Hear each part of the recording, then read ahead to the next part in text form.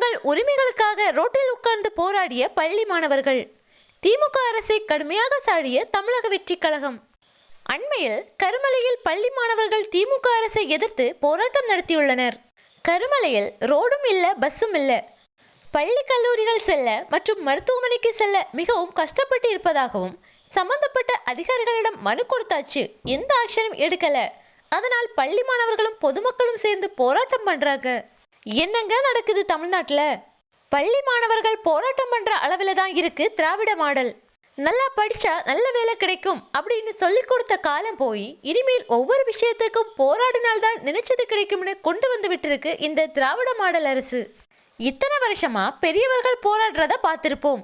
ஆனால் குழந்தைகள் இப்படி ரோட்ல உட்கார்ந்து போராடுறத பார்க்குறப்பவே ரொம்ப வேதனையா இருக்கு.